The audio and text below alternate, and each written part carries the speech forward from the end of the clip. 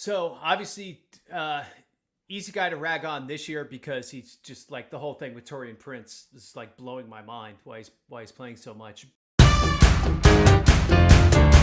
So who did you have next then? Darvin Ham. I think so obviously, easy guy to rag on this year because he's just like the whole thing with Torian Prince is like blowing my mind why he's playing so much. But yeah, so who would you have been playing over him? I mean, it took him an awfully long time. That's always been my question, right? It took an awfully long time to get to like Reeves, Russell, LeBron, Davis lineups, right?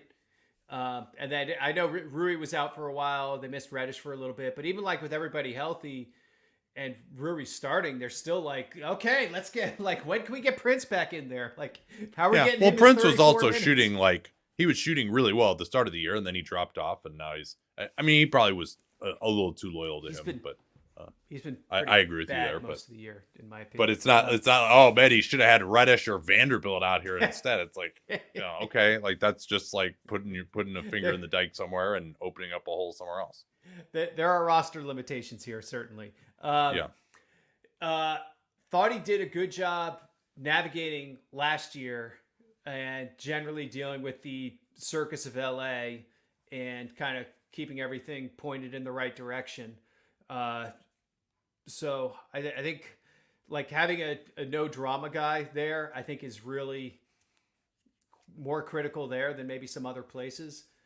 And I think he's done that. I think he figured out how to let Reeves cook and still have LeBron play his game. And I think that wasn't necessarily an easy or automatic thing. So I give him credit for some of the positives that happened there. Obviously, he won 2 playoff series last year. Yeah, I think that's tough to say. You might say like, look, LeBron and AD have been healthy all year, and like, how are you a 500 team? That's probably a reasonable criticism, right? I mean, just the overall regular season record just isn't that high. Yeah. Like, I do think they've done some pretty good things, like just making Anthony Davis the full-time center immediately as soon as he got there was helpful. I think he also is trying to get them to do some things that they just aren't necessarily wanting to or capable of doing in Davis's case, where he still can't hit a 3, even now he's taking a little bit more.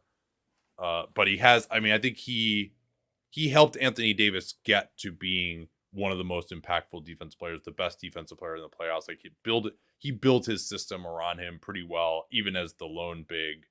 And so I think I agree with you from an emotional standpoint. He's pretty good. Like, can you point to any like unbelievable strategic innovations for him? No, I wouldn't say so necessarily. I thought he did a good job of finding the right rotation pieces in last year's playoffs, right? Like he's closing out game 1 in Memphis with like a Reeves Hachimura, Reeves Davis pick and roll. He goes to Lonnie Walker the 4th in game 4 against Golden State. And he's really important. He got a lot out of Dennis Schroeder last year. So I think that I thought they did a good job of attacking weaker players as well in that Golden State series, using their size advantage. They do a really good job of not fouling. It helps to have like Davis and LeBron as like 2 of the lowest fouling 4 and 5s. So yeah, like he's kind of, in this like high teens, low 20s area for me, I would say.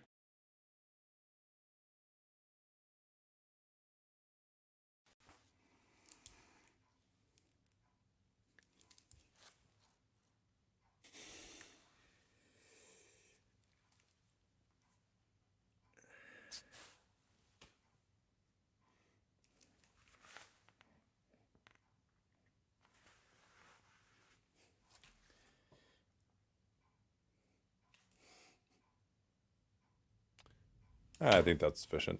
Yeah. All right, there we go.